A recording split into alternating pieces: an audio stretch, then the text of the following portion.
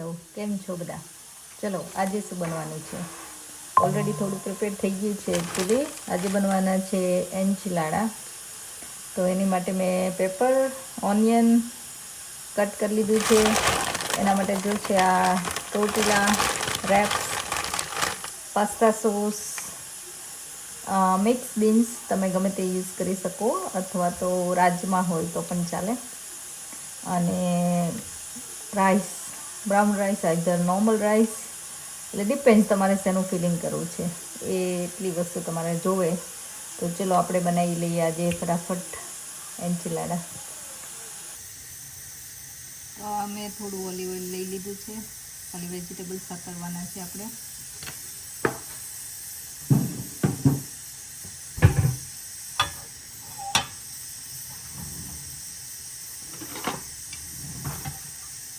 તો આપણે એમાં ઓનિયન, પેપર, આપણે એડ કરીશું અને સાતળવાના, એટલે ક્રન્ચી રહે એટલા જ સાતળવાના છે આપણે.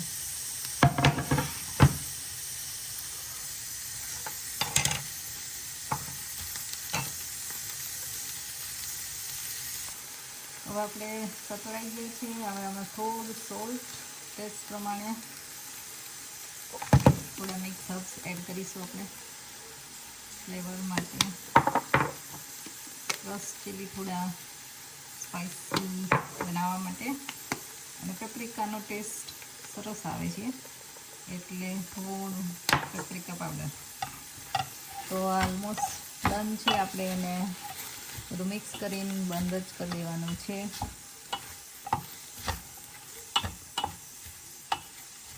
મેં ગાર્લિક પણ એડ કર્યું છે થોડું, સરસ ફ્લેવર આવે એટલા માટે.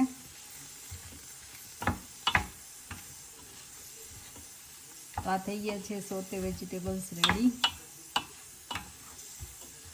તો હું જે આ એન્ચિલાડા બનાવું છે માય વે, અમને કઈ રીતે ગમે છે, આમાં થોડા ચેન્જીસ હોય અથવા પ્રોપર જે જગ્યાએ બનતા હોય એ અલગ પણ બનતા હોય, બરાબર. તો આમાં એકચ્યુઅલી મિક્સ બીનનું જે આવે છે કેન, ઈ અને થોડા ચીકપીસ બધું મેં મિક્સ કર્યું છે. અને આને હું થોડું મેશ કરીશ અને થોડા હર્બ્સને હું એડ કરીશ. તમે આખા પણ રાખી શકો છો ઇફ યુ વોન્ટ. બાકી આને આપણે થોડી વાર આમાં પાસ્તા સોસ એડ કરેલો છે ગ્રેવી માટે. અને આપણે પાસ્તા સોસ યુઝ કરીશું જ્યારે એન્ચિલાડા એકચ્યુઅલી આપણે બેક કરવા મૂકીએ ત્યારે પણ. તો આને આપણે થોડી વાર થવા દઈએ. થોડું સોલ્ટ, થોડા મિક્સ હર્બ્સ અને પેપ્રિકા એડ કરીશું. હવે આપણે બધું મિક્સ કરવાનું અને થોડી વાર ઠીક થઈ જાય ત્યાં સુધી આપણે ઉકાળીશું થોડી વાર.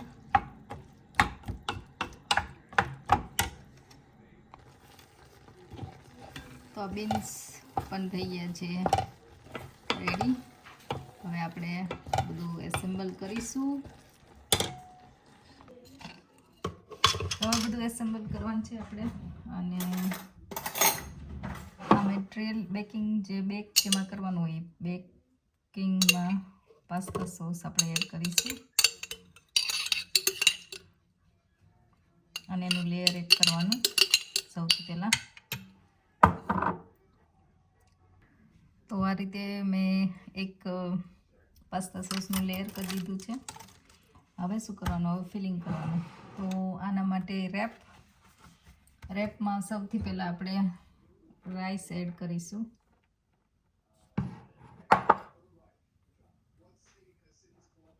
થોડું જે બીન મિક્સચર આપણે બનાવ્યું એ મૂકવાનું.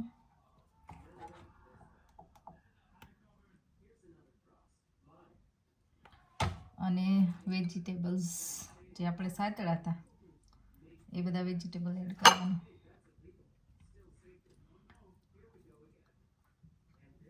ઓફકોર્સ ચીઝ તો હોય જ.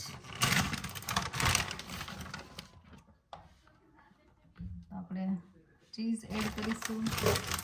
અને આને આવી રીતે રોલ કરવાનો.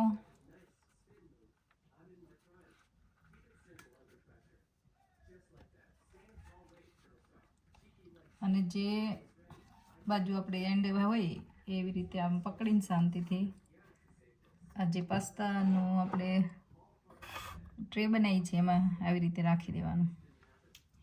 આનો બી કેરફુલ, સાઈડમાંથી બધું નીકળશે કારણ કે આપણે સાઈડમાંથી વાળતા નથી એટલા માટે. તો બધા જ આવી રીતે આપણે લેયર કરીશું.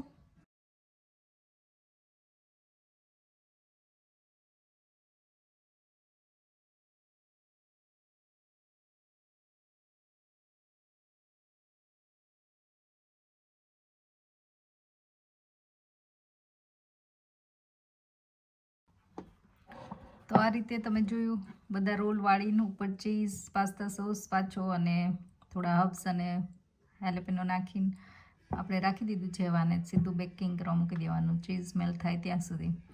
તો આ રીતે હું બનાવું છું એન્ચિલાડા. તો જો મેં ઓવન બંધ કરી દીધું છે, કાઢી લીધા છે. એકચ્યુઅલી એક બાજુ થોડી વધારે તાપ લાગ્યો એટલે આવું થઈ ગયું, પણ આ થઈ ગયા છે એન્ચિલાડા રેડી. તો આ રીતે હું બનાવું છું એન્ચિલાડા. ચાટ શું બનાવ્યું આજે તે? Sweet dispenser. આ જો ચાટ સ્વીટ ડિસ્પેન્સર બનાવીને લાવી છે. સ્કૂલમાં કઈ રીતે બનાવ્યું? અહીંયા પાઇન યુઝ કર્યું છે પગ માટે, અહીંયા MDF અને અહીંયા ગ્લાસ જાર યુઝ કર્યો છે અને બધું સિક્યોર કર્યું છે ગ્લુ અને સ્ક્રૂ સાથે. તો બનાવતા કેટલી વાર લાગી તારે? Since the start of school. એટલા બધા ટાઈમથી તમે બનાવો? એટલે આ લોકો સ્કૂલમાં જ્યારે એનો પીરિયડ આવે ત્યારે તમે બનાવતા હોય થોડું થોડું, બરાબર ને? તો આ કયો સબ્જેક્ટ છે તારે? Resistant materials. હા, ચાતને એવું એક રેઝિસ્ટન્ટ મટીરિયલ કરીને એક સબ્જેક્ટ છે GCS, એમાં જ્યાં આવી બધી વસ્તુ અલગ અલગ બધું બનાવતા શીખવાડે, રાઈટ? Yeah. તો એમાં આ વખતે હતું સ્વીટ ડિસ્પેન્સર. ક્રિસમસ માટે? ના, એમના માટે. એમનેમ એટલે સ્વીટ ખાધા કરે બધા એમ? એ શું? તો આ રીતે આખું એને બનાવ્યું છે વુડવર્ક. વુડમાંથી બધું હાથે કાપવાનું અને બધું ફિક્સ કરવાનું, કાણા પાડવાનું, એવું બધું ત્યાં કર્યું, રાઈટ? હા. એ પછી આ સ્વીટ જાર તો જે તમારા ઘરમાં અનયુઝ હોય અથવા તો જે બધા રિસાયકલ કર્યું બેઝિકલી, રાઈટ? Yeah. હવે બતાય તો ખરા કઈ રીતે સ્વીટ બહાર આવે? Okay, so there's a hole in there and the sweets go down. હોલ કે ના ઢાંકણામાં? હા. ઓકે. ત્યાં ડ્રિલ કર્યું હતું એ અને આ પુલ કરવાનું પછી ત્યાં નીચે આવે પછી એ પાછળથી આવે. Very nice. નીચે બતાય કઈ રીતે હોલ કર્યું હતું? હા, તો બીજી આવી બાર. અહીંયા ડ્રિલ કર્યું હતું અને અહીંયા સ્ક્રૂ ફિક્સ કર્યું હતું. તો એ તું આમ ખસેડ એટલે ખસે ને, ખબર પડે. અહીંયા ખસેડું તો બધી બહાર આવશે. ખુલ્લું જ છે અત્યારે. હા, હવે બંધ થયું. તો આ કાણો બંધ થાય ને ખુલ્લે એટલે એ ખસેડે એટલે આખી સ્વીટ જારમાંથી સ્વીટ બહાર આવે ને. હા. આ કાણા મોટી હોય તો ન આવે બહાર. મારે તો એવી જ ભરી દેવી તને કે બહાર જ ન આવે. તો આ રીતે એ લોકોને અલગ અલગ પ્રોજેક્ટ કરે. તો આ બનાવવાનું છે. નેક્સ્ટ શું બનાવવાનું છે? મને નથી ખબર હજી. સરપ્રાઈઝ છે. ન્યૂ યરમાં ન્યૂ પ્રોજેક્ટ, રાઈટ? યા. તો તમારે બનાવવું હોય ચાર્જનો કોન્ટેક્ટ કરજો. Sweet dispenser. Nice nice nice. તો આવી જ નવી નવી રેસિપી માટે અને ફન વિડીયો માટે don't forget to like, share and subscribe.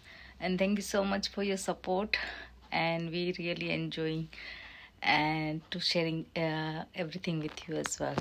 So thank you.